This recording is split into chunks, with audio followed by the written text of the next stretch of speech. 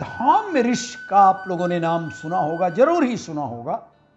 उनके शिष्य थे आतूनी, और आतूनी के पुत्र थे उद्दालक, जिन्हें आरुणी उद्दालक के नाम से भी जाना जाता है। उनका श्वेतकेतु नाम का एक पुत्र था। एक बार जब श्वेतकेतु अपने माता पिता के साथ बैठे थे, तभी एक परिव्राजक साधु आया और श्वेतकेतु की मां का हाथ पकड़ के कहा, आओ चलें। अपनी मां को इस तरह जाते हुए देखकर श्वेतकेतु बहुत क्रुद्ध हुए, किंतु पिता ने उनको समझाया कि नियम के अनुसार स्त्रियां भी स्वतंत्र हैं और जिस किसी के साथ समागम करने के लिए वो जा सकती हैं। बाद में इन्हीं श्वेतकेतु द्वारा नियम बनाया गया कि स्त्रियों को पति के प्रति वफादार होना है और पर पुरुष के साथ समागम करने का पाप भ्रूण हत्या की तरह होगा। तभी से सभ्य समाज में जोर दिया जाने लगा और समाज में परिवारवाद को बढ़ावा मिला। सभ्य परिवार से सभ्य समाज का जन्म हुआ और इस तरह एक सभ्य राष्ट्र जन्मा। गौतम ऋषि के वंशज और उद्दालक आरुणि के पुत्र श्वेतकेतु की कथा मूलतः उपनिषदों में आती है। वह एक तत्वज्ञानी आचार्य थे। पांचाल देश के निवासी श्वेतकेतु की उपस्थिति राजा जनक की सभा में भी थी। इससे यह निकलता है अर्थ कि वे रामायण काल में हुए थे। अद्वैत वेदांत के महावाक्य तत्वमसि का वचन उनके पिता के मुख से ही शुरू हुआ था।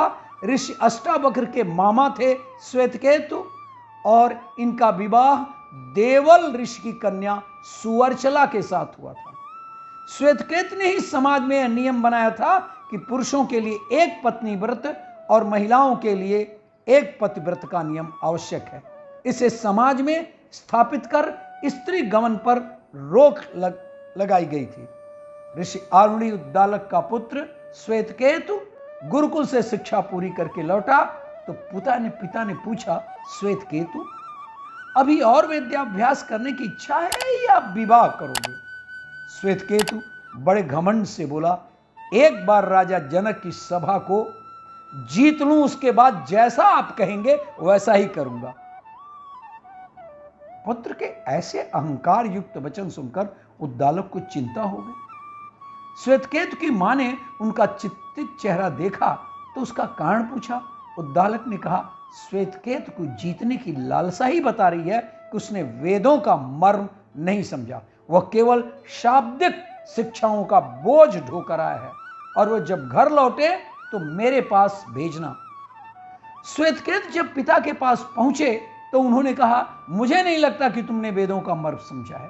क्या तुम उसे जानते हो जिसे जानने से जो अज्ञात है वो ज्ञात हो जाता है?